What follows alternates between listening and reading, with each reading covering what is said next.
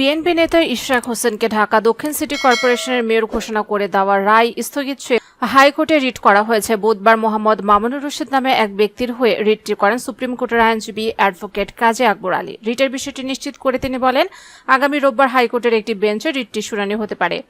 রিটে BNP নেতা ইশরাক হোসেনকে mayor হিসেবে শপথ গ্রহণ থেকে বিরত রাখার জন্য স্থানীয় সরকার, পল্লী উন্নয়ন ও সমবায় মন্ত্রণালয়কে নির্দেশ প্রদানের প্রার্থনা করেছেন। এছাড়া রিটে আইন প্রতারণামূলক রায় ও ডিক্রির কারণে শাস্তিমূলক ব্যবস্থা গ্রহণের নির্দেশনা চাওয়া হয়েছে।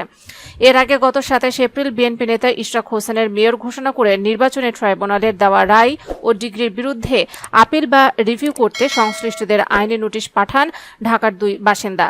নোটিশে মোহাম্মদ ইশরাক হোসেনের নামে গেজেট প্রকাশ ও তাকে শপথ পড়ানো থেকে বিরত থাকতেও বলা হয়।